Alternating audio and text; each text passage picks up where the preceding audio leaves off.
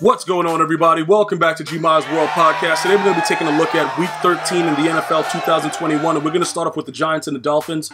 It's become apparent to me that the Giants are just good at beating the Eagles. That's pretty much what it is. For those of you guys that were expecting a different type of game, I wasn't expecting Miami to really play the way they did offensively because, you know, the Giants have a really good defense, and I've been saying that for years. It's kind of weird the way that it just doesn't come together when it's supposed to, but they really do have a really, solid defense in my opinion. So Tua's out there balling. There's a lot of weird things going on. Miami won 5 straight games. Do we feel that they're going to be a threat later? It's possible, but that AFC East is very, very tough. You know what I'm saying? Because when you look at the Bills and the Patriots, that's enough for you to be like, all right, you know what? It's probably not, more than likely it's not going to happen where the Dolphins are going to be somebody that is going to cause any chaos, but we have to wait to see. That's the beautiful thing about the NFL. We have to wait to see how it unfolds, but I really do believe the Patriots are getting better by the week, even though they didn't even play yet. We'll figure that out later, though. The Colts and the Texans. Now, let me just go ahead and be very, very clear. The Colts won 31-zip, and I'm going to say this again so you guys can understand. This is the way that you're supposed to beat really bad teams. When you struggle with a bad team, you give them hope, and then they think that they could do stuff, and it gets really disgusting. You have to beat teams that are bad like this. The Texans have no business beating anyone. I can't say no disrespect because I was disrespectful, but you know what I'm trying to say. They are not built like a team that's supposed to be winning right now. So they should not be competing in games. They should be an automatic first round pick and just be chilling for the draft. That's what they should be. And the Colts made them out to be what they were. And that's pretty much it. Like, watching it, it was really, I don't know what, it's like diabolical. It's like watching the Avengers and bro, it was really crazy the way they would get destroyed. It was just like, look, dude, they weren't supposed to be on the same field. They shouldn't have been out there. Look, you can't blame the coach. That franchise has been a complete debacle from day one. So, until they get rid of Deshaun Watson, I don't know what's coming from that whole franchise team type thing, but we got to wait to see how it works out. The Vikings and the Lions finally won a game, and they won a game where, their rookie 4th round pick just did whatever he wanted, and it was beautiful to see, bro. It was definitely beautiful to see. I know a lot of you guys are going to hate that it was the Vikings that had to get it, but you know what's going to happen. These teams are going to get a win somewhere, and unfortunately, it's going to be one of your teams that that you're rooting for. Because if you bet on this game, right, you pretty much lost everything. If you bet the Vikings as part of like your parlay, whatever you were doing, whatever type of bet you were into, you lost everything off of this one game. Everything else, you could kind of gauge it and get lucky, but this one, I don't think anybody expected. Thielen did get hurt during the game though, but even with all of that, it's the Lions. But I keep trying to tell you, they play very, very hard for Dan Campbell. Nobody wants to listen to me, bro. You can see the vigor that he has. He needs another year, and he needs some time to get players that he can, actually build with. And I think he's going to be fine because he brings out, they're a very tough team to play. That's my opinion. Eagles and the Jets. Again, a bad football team. The Eagles did what he had to do. But Gardner Minshew, he has me thinking, bro, is he better than Jalen Hurts, like right now? Or like for perpetuity? Is he better? Because this man was just dealing, bro.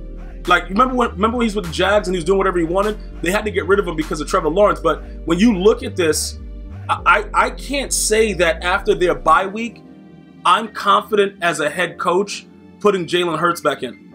I really, after what, and I know it's the Jets, but if this guy's going to be throwing it and dealing like that, I don't know, bro. It's kind of weird. It's like, what's the other dude's name? Fitzpatrick? He reminds me of Fitzpatrick, bro. He'll just come out there and just start throwing for like 1,000,000 yards and just having a really good time. And his teammates respond to him. See, that's the key. When you get his teammates to respond to him, I'm not saying that Jalen Hurts doesn't get his teammates to respond to him as well. I'm just saying you can look on the faces of the players and they respond to Gardner Minshew.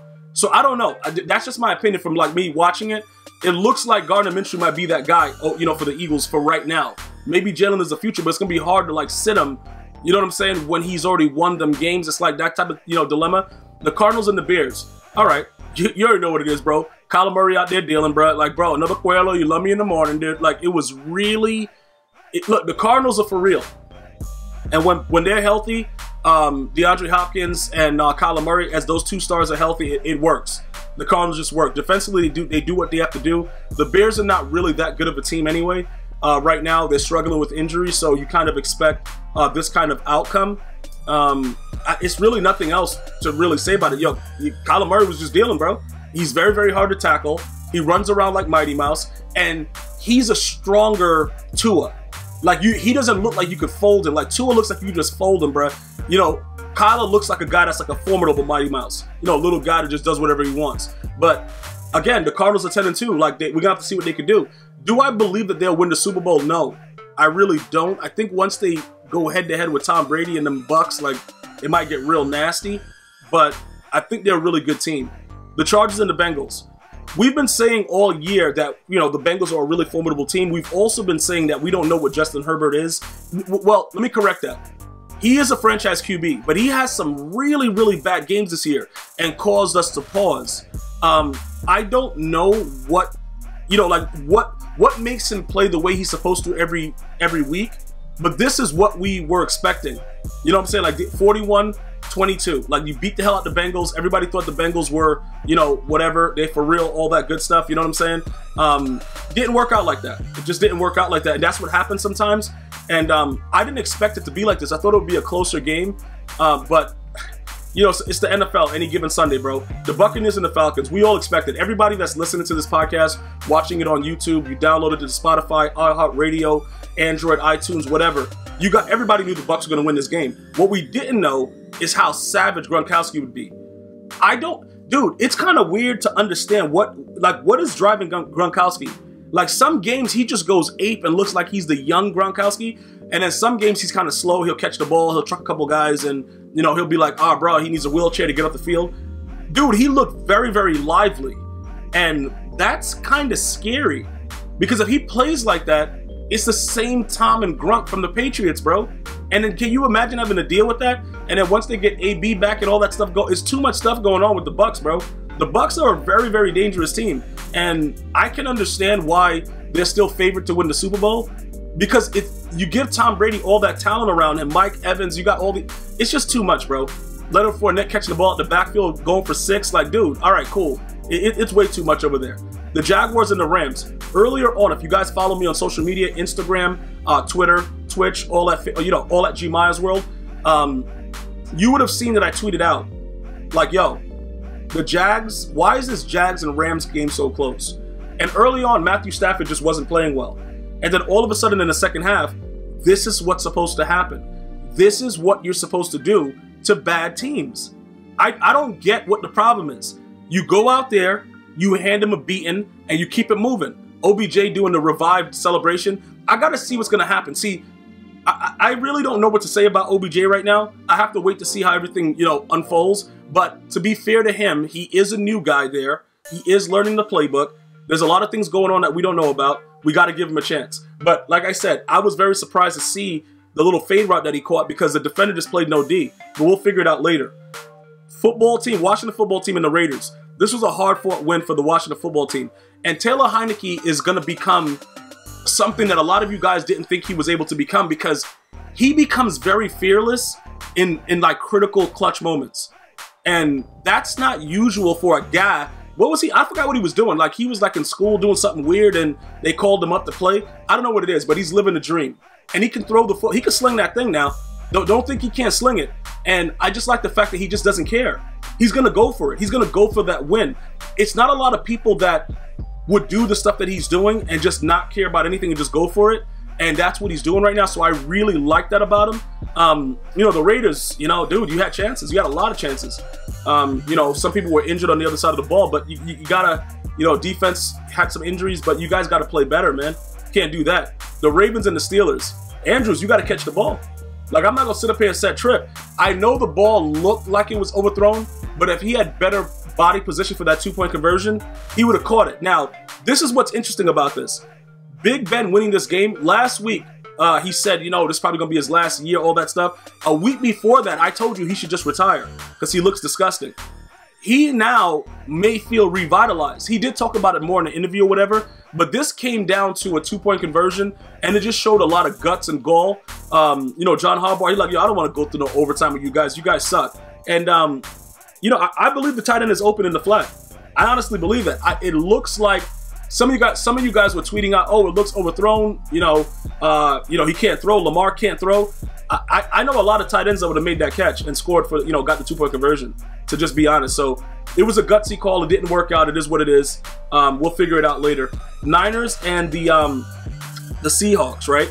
So this was a game that I thought that George Kittle went out there with a vengeance to handle business. And then we realized how trash Josh Norman is. Josh Norman is not a good corner. I don't even think he was a good corner when he was with the Panthers. I think it was the system. You know how some people say the system, and it's like Namdi with the Raiders. It was a system that made him really good, and then he went to who did he go to? The Eagles, and he sucked there. He went to the Niners. He was terrible. Like certain players need a system. Josh Norman needs a system. Like, he's not just good by himself. Like, Deion Sanders could be good anywhere he went. It didn't matter about the system. He was just good. Darrelle Revis, I believe, well, in his later years with Kansas City Chiefs, he was garbage, but I think it was like playing safety or whatever. I'm just saying, really good corners don't need a system. Josh Norman was giving up. He gave up that key play to Tyler Lockett right over his head. That was like that was a death blow, dude. That was a real death blow. And the Seahawks ended up winning a game that they probably had no business winning. I thought the 49ers had a really, really good control of the game. And to me, defensively, they just didn't do what they're supposed to do. The Broncos and the Chiefs, we all know what Teddy Tapwater is, right? Everybody knows about Teddy Tapwater. Like, it's not a lot we need to say about him. Like, the dude is trash, and he just walks around, and everybody wants to get rid of him. And they keep showing, like, the zoom-ins of John Lynch and how he just wants to go down there and fire him. But there's not a lot of people that are available. But as soon as the season's over, Teddy Tapwater's gone. And like I said, I just hope that he does his part for charity, because he's a very fortunate human being to be able to get paid in the National Football League for all these years, because he's not good at quarterback. The Chiefs didn't look too good also. Like, Mahomes didn't really play too well, in my opinion. He hasn't really been, exploding, but the Broncos do have a good defense, so that pretty much explains that. It's really starting to get heat up, guys. We're about to get to the playoffs in a month. So, like I said, let's get ready for that, bro. I'm going to see you guys and girls next time. Hopefully you're enjoying your holidays. I'm going to see you guys soon. One love, y'all.